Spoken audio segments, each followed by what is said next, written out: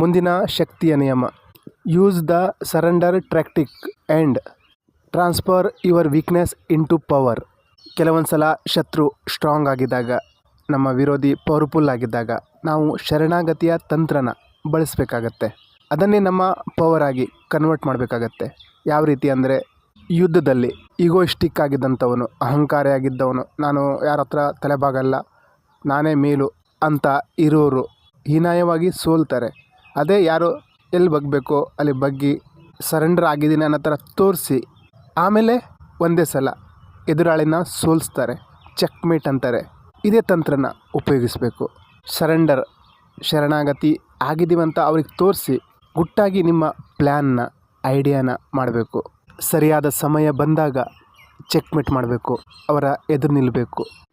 ಈ ಪವರ್ನ ಆಟದಲ್ಲಿ ಸರೆಂಡರ್ ಅಂದರೆ, ಶರಣಾಗತಿ ಅಂದರೆ ನನ್ನ ಕೈಲಾಗಲ್ಲ, ಸೋತೋಗ್ಬಿಟ್ಟೆ, ಆ ರೀತಿ ಅಲ್ಲ. ನೀವು ಕಮ್ಬ್ಯಾಕ್ ಆಗಲಿಕ್ಕೆ ಅಂದರೆ, ಹುಲಿ 2 ಹೆಜ್ಜೆ ಹಿಂದೆ ಹೋಯಿತು ಅಂದರೆ ಅದು ಹೆದರ್ತು ಅಂತಲ್ಲ, ಅದು ಮತ್ತೆ ಅಷ್ಟೇ ಫೋಕಸ್ಡ್ ಆಗಿ ಅಟ್ಯಾಕ್ ಮಾಡುತ್ತೆ. ಈ ರೀತಿ ಇದನ್ನು ಅರ್ಥ ಮಾಡ್ಕೋಬೋದು. ಕೆಲವೊಂದು ಸಿಚುವೇಷನಲ್ಲಿ ನಮ್ಮ ಅಹಂಕಾರನ ಪಕ್ಕಕ್ಕಿಟ್ಟು ಸುಮ್ಮನೆ ಇರಬೇಕಾಗತ್ತೆ. ಆವಾಗಲೇ ನಮ್ಮ ಕೆಲಸ ಆಗೋದು, ನಾವು ನಮ್ಮ ಗುರಿ ಮುಟ್ಟೋದು.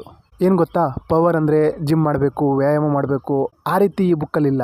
ಇವೆಲ್ಲ ಸೈಕಾಲಜಿಕಲ್ ಗೇಮ್, ತಂತ್ರಗಳು ಗೊತ್ತಿರ್ಬೇಕು ನಿಮ್ಗೆ. ಇವೆಲ್ಲ ಆವಾಗಲೇ ಜೀವನದಲ್ಲಿ ಮುಂದೆ ಬರಲಿಕ್ಕೆ ಸಾಧ್ಯ. ಫಿಸಿಕಲಿ ಶಕ್ತಿಶಾಲಿ ಇರುವಂಥವರಿಗೆ ಪವರ್ ಇರ್ತದೆ ಅನ್ನೋ ಆಗಿದ್ದರೆ ಆನೆ, ಗೇಂಡಾಮೃಗಗಳು ನಮ್ಮನ್ನು ಆಳಬೇಕಾಗಿರ್ತಿತ್ತು. ಪವರ್ ಅನ್ನೋದು ಸೈಕಾಲಜಿಕಲ್ ಗೇಮ್.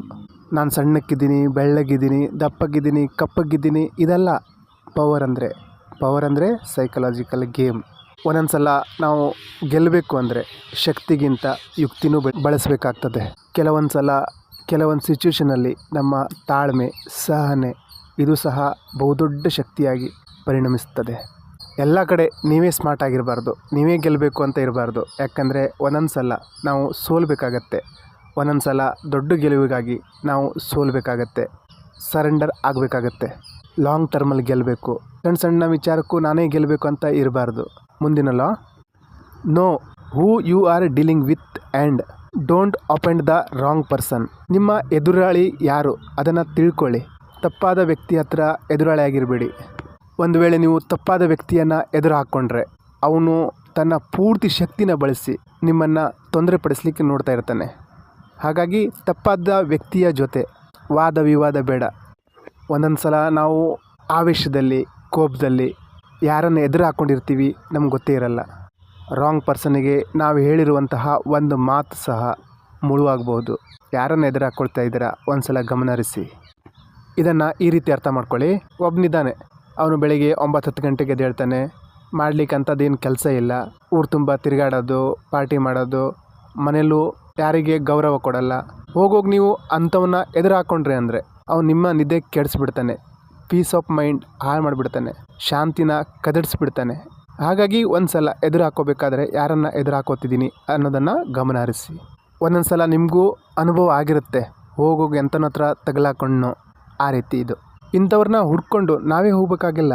ನಮ್ಮ ಫ್ರೆಂಡ್ಸಲ್ಲಿ, ರಿಲೇಷನಲ್ಲಿ ನೀವು ಅಬ್ಸರ್ವ್ ಮಾಡಿ ನೋಡಿ. ಕೆಲವೊಬ್ಬರು ಸುಖ ಸುಮ್ಮನೆ ನಿಮ್ಮ ಮೇಲೆ ಹೊಟ್ಟೆ ಉರಿ ಪಡ್ಕೊಳ್ತಾ ಇರ್ತಾರೆ, ಜೆಲಸ್ ಫೀಲ್ ಮಾಡ್ತಾ ಇರ್ತಾರೆ. ಸೊ ಅಂಥವ್ರ ಜೊತೆ ವಾದಕ್ಕೆ ಬೀಳಬೇಡಿ. ಯಾಕಂದರೆ ಅವರು ನಿಮ್ಮನ್ನು ಕೆಳಮಟ್ಟಕ್ಕೆ ಇಳಿಸ್ಲಿಕ್ಕೆ ನೋಡ್ತಾ ಇರ್ತಾರೆ. ಸೋಷಿಯಲ್ ಮೀಡ್ಯಾದಲ್ಲಿ ಒಂದು ವಿಡಿಯೋ ಅಪ್ಲೋಡ್ ಮಾಡಿದ್ರಿ, ಒಂದು ಫೋಟೋಸ್ ಅಪ್ಲೋಡ್ ಮಾಡಿದ್ರಿ, ಏನಾದರೂ ಒಂದು ರಾಂಗ್ ಕಾಮೆಂಟ್ ಹಾಕ್ತಾರೆ. ಸೊ ರಿಪ್ಲೈ ಕೊಡಬೇಡಿ. ನನ್ನ ಹತ್ರ ಜಾಸ್ತಿ ಇಟ್ಕೋಬೇಡ, ಸರಿ ಇರಲ್ಲ ಅಂತಾರಲ್ಲ, ಅಂಥವ್ರ ಹತ್ರ ಇಟ್ಕೊಳ್ಳಿಕ್ಕೆ ಹೋಗ್ಬೇಡಿ. ನೀವು ವೀಕ್ ಅಂತಲ್ಲ, ಇದು ಶಕ್ತಿಯ ಆಟ. ನಿಮ್ಮ ಗುರಿ, ಉದ್ದೇಶ ದೊಡ್ಡದಿದೆ. ಇವ್ರ ಮಟ್ಟಕ್ಕೆ ನೀವು ಇಳಿಬಾರ್ದು. ಒಬ್ಬ ಶಸ್ತ್ರಧಾರಿ ನಿಮ್ಮ ಮುಂದೆ ಎದುರಾದಾಗ ನೀವು ನಿಮ್ಮ ಶಸ್ತ್ರ ತೆಗಿಬೇಕು. ಒಬ್ಬ ಕವಿ ಹತ್ರ ನೀವು ಭೇಟಿಯಾದಾಗ ನಿಮ್ಮ ಕವಿತೆಯನ್ನು ಹೇಳಬೇಕು. ಅದೇ ನೀವೊಬ್ಬ ಮುಟ್ಟಾಳ್ರ ಹತ್ರ, ಮೂರ್ಖನ ಹತ್ರ ನಿಮ್ಮ ಜ್ಞಾನ ಹಂಚ್ಲಿಕ್ಕೆ ಹೋದರೆ ಅವನು ನಿಮ್ಮನ್ನು ಮೂರ್ಖನನ್ನಾಗಿ ಮಾಡ್ತಾನೆ. ಹೋಗೋಗಿ ಇವನಿಗೆ ಜ್ಞಾನ ಕೊಡ್ಲಿಕ್ಕೆ ಬಂದನಲ್ಲ ಅಂತ ನಿಮಗೆ ಅನಿಸಿ ನೀವೇ ಮುಟ್ಟಾಳ ಆದ್ರಿ ಅಂತ ನಿಮ್ಗನ್ಸುತ್ತೆ. ನನಗೂ ಸುಮಾರು ಜನ ಇಂಥವ್ರು ಸಿಗ್ತಾರೆ. ಆದರೆ ನಾನು ಒಂದೇ ತಂತ್ರ ಬಳಸ್ತೀನಿ. ಏನು ಗೊತ್ತಾ? ಇಗ್ನೋರ್. ಒಂದು ಸಜೆಷನ್ ಏನು ಗೊತ್ತಾ? ಯಾರಿಗೂ ಅವಮಾನ ಮಾಡಬೇಡಿ, ಇನ್ಸಲ್ಟ್ ಮಾಡಬೇಡಿ. ಯಾಕಂದರೆ ಜನ ನೀವೇನಾದರೂ ತಪ್ಪು ಮಾಡಿದ್ರೆ ಕ್ಷಮಿಸ್ತಾರೆ, ಆದರೆ ಅಪಮಾನ, ಅವಮಾನ, ಇನ್ಸಲ್ಟ್ ಅಲ್ಲ. ಒಂದೊಂದು ಸಲ ನಾವಾಡೋ ಒಂದು ಮಾತು ಅದಕ್ಕೆ ತುಂಬ ಬೆಲೆ ತೆತ್ತಬೇಕಾಗ್ತದೆ. ಈ 5 ಥರ ಜನರನ್ನು ಮೈಂಡಲ್ಲಿ ಇಟ್ಕೊಂಬಿಡಿ. ಇಂಥವ್ರನ್ನ ಎದುರು ಹಾಕ್ಕೊಳ್ಳಿಕ್ಕೆ ಹೋಗಬಾರ್ದು. ಮೊದಲನೇದು ಈಗೋಯಿಸ್ಟಿಕ್, ಅಹಂಕಾರಿಗಳು.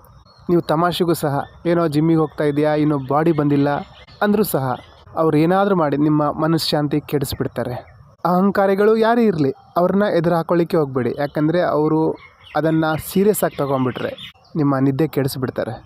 ಎರಡನೇದು ಶಂಕೆ ಮಾಡುವಂತಹ ಜನರು, ಡೌಟಲ್ಲಿರುವಂತಹ ಜನರು, ಇವರನ್ನು ಎದುರು ಹಾಕೊಳ್ಳಿಕ್ಕೆ ಹೋಗಬೇಡಿ.